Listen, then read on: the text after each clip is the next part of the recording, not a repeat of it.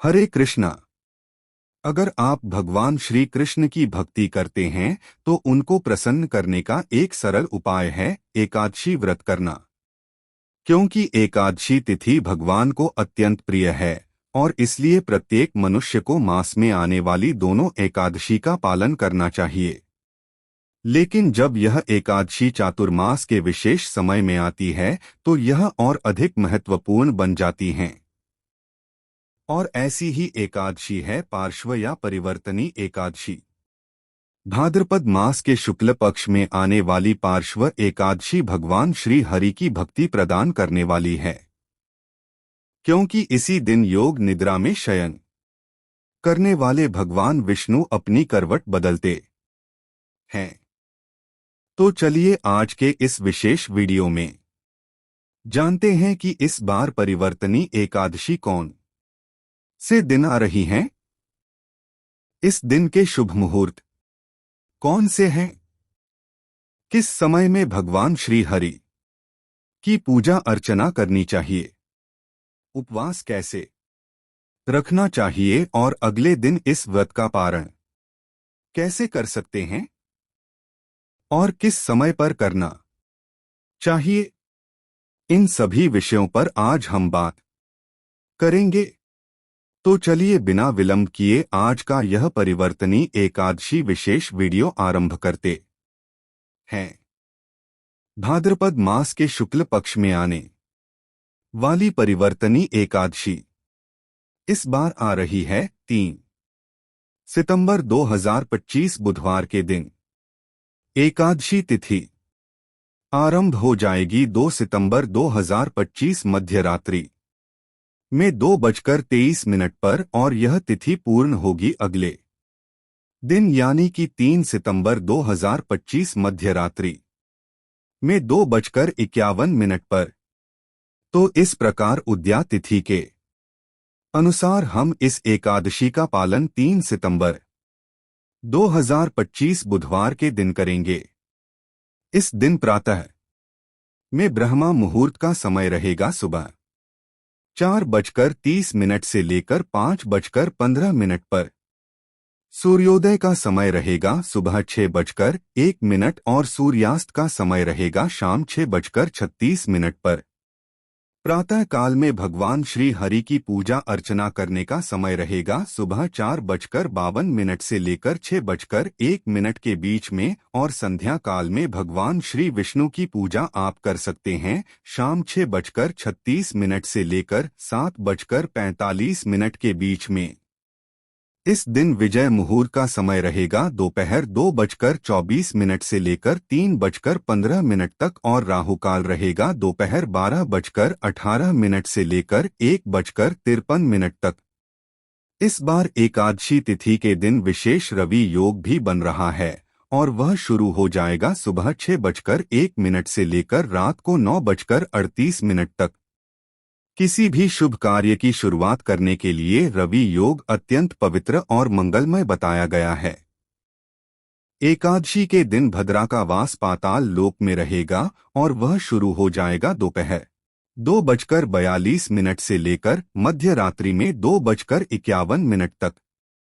लेकिन क्योंकि इस बार भद्रा का वास पाताल में है इसलिए यह पृथ्वी वासियों के लिए मंगलमय और शुभ ही रहेगा। इसके कोई भी नकारात्मक परिणाम या असर देखने को नहीं मिलेंगे।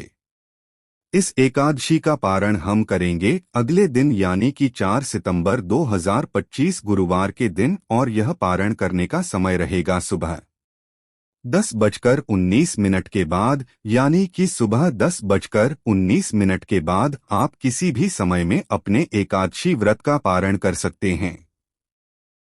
इस बार द्वादशी तिथि पर वामन जयंती का पवित्र पर्व आ रहा है, इसलिए भी इस बार की एकादशी तिथि विशेष है क्योंकि इसके अगले दिन वामन द्वादशी है यानी कि भगवान वामन देव का आविर्भाव दिवस।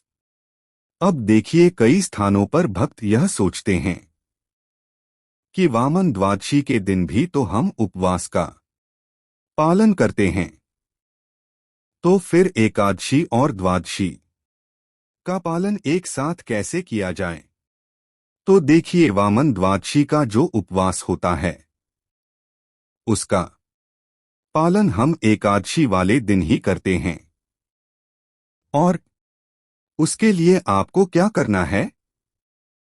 तो एकादशी के दिन अब दोपहर में 12 बजे तक कम से कम हमें निर्जल उपवास करना चाहिए, यानी कि जल के बिना और अन्न के बिना। अगर संभव है तो संपूर्ण 12 बजे तक निर्जल उपवास करें। 12 बजे के बाद आप जल या दूध, फल इत्यादि ले सकते हैं।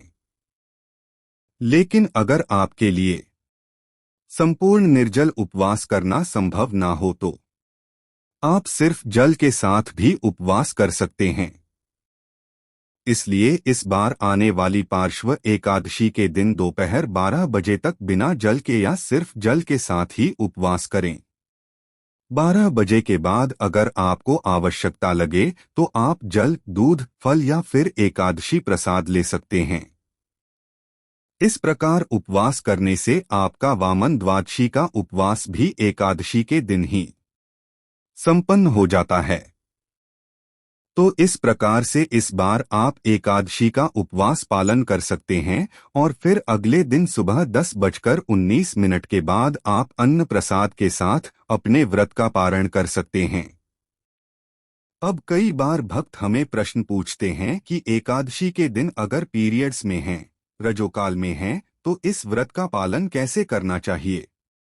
तो देखिए, इस अवस्था में आप भगवान की प्रत्यक्ष पूजा आराधना नहीं कर सकते, लेकिन आप हरे कृष्ण महामंत्र का जप अवश्य कर सकते हैं। आप भगवान की कथाओं का श्रवण कर सकते हैं, वैदिक ग्रंथों का अध्ययन कर सकते हैं, भगवत गीता, श्रीमद् भागवत पढ़ सकते हैं और उपवास का पालन भी कर सकते हैं। इस दिन अधिक से अधिक प्रयास करें हरे कृष्ण महामंत्र का जप करने का। और यह मंत्र है हरे कृष्ण कृष्ण कृष्ण हरे हरे, हरे राम राम राम हरे हरे।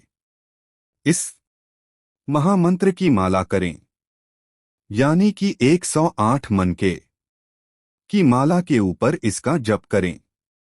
एक मनके के ऊपर पूरा हरे कृष्ण महामंत्र बोलें और इस प्रकार 108 मनके के ऊपर हरे कृष्ण महामंत्र का जप प्रत्येक मनके पर बोलते हुए एक माला पूर्ण करें और इस प्रकार से एकादशी के दिन कम से कम 16 माला या फिर 25 माला का जप अवश्य करना चाहिए।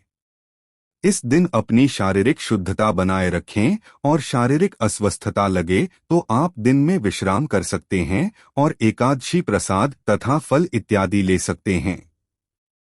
लेकिन किसी भी स्थिति में एकादशी के दिन अन्न प्रसाद बिल्कुल ना लें। किसी भी रूप में किसी भी प्रकार का अन्न ग्रहण ना करें। अपनी मानसिक चेतना को शुद्ध बनाए रखें। अनावश्यक बातों में, कार्यों में समय ना गवाएं और अधिक से अधिक अपनी चेतना में भगवान श्री कृष्ण का स्मरण रखें और जिह्वा पर हरे कृष्ण महामंत्र का जप करते रहें। इस प्रकार आप पीरियड्स में भी एकादशी व्रत पालन कर सकते हैं। यही नियम लागू होता है सूतक काल में भी। अगर किसी के घर में नवजात शिशु का जन्म हुआ है या किसी की मृत्यु हुई है, घर में अगर सूतक लगा हुआ है, तो ऐसे में भी एकादशी व्रत का पालन आप इसी प्रकार कर सकते हैं।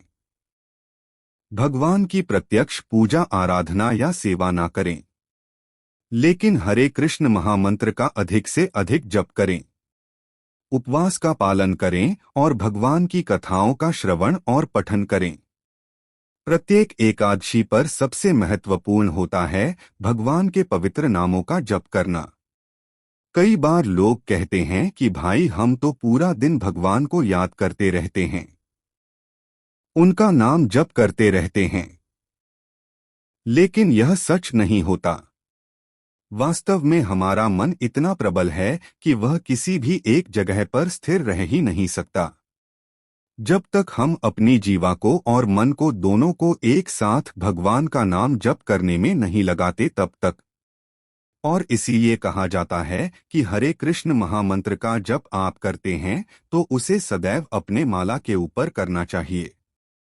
ऐसे भ्रम में नहीं रहना चाहिए कि मैं अपने मन में सदैव जप करता रहता हूँ या करती रहती हूँ, और इसीलिए हमारे आचार्यगण हमें संख्या पूर्वक नाम जप करने का आदेश देते हैं। और एकादशी वह पवित्र दिवस है जिस दिन आप अधिक से अधिक माला का जप कर सकते हैं। तो यह थी आने वाली परिवर्तनी एकादशी के विषय में संपूर्ण जानकारी। आशा है यह जानकारी आपको उपयोगी लगी होगी, और अगर ऐसा है तो इस वीडियो को लाइक करके शेयर अवश्य कीजिएगा, क्योंकि आने वाली परिवर्तनी एकादशी बड़ी एकादशी है जो चातुर्मास में आती है। जो लोग संपूर्ण चातुर्मास का पालन नहीं कर सकते हैं उन्हें इस परिवर्तनी एकादशी का पालन तो अवश्य करना चाहिए। इससे उनके आध्यात्मिक जीवन और भक्तिमय जीवन में ऐसी प्रगति होती है जिसकी उन्होंने कभी कल्पना नहीं की होती। इसलिए सबको यह वीडियो शेयर करें और उन्हें भी इस एकादशी का पालन करने के लिए प्रेरित करें। यह सबसे बड़ा पुण्य कर्मा है, और इस एकादशी की कथाओं को सुनने के लिए आपके अपने चैनल को सब्सक्राइब करके रख लें। नोटिफिकेशन ऑन रखें, और अगर आप इस व्रत की विधि जानना चाहते हैं तो हमें नीचे कमेंट बॉक्स में लिखकर बताएं। हम आपसे मिलेंगे इन्हीं एकादशी कथाओं के विषय में और महत्वपूर्ण जानकारी और पौराणिक प्रमाणभूत कथाओं के साथ। जय श्री कृष्णा।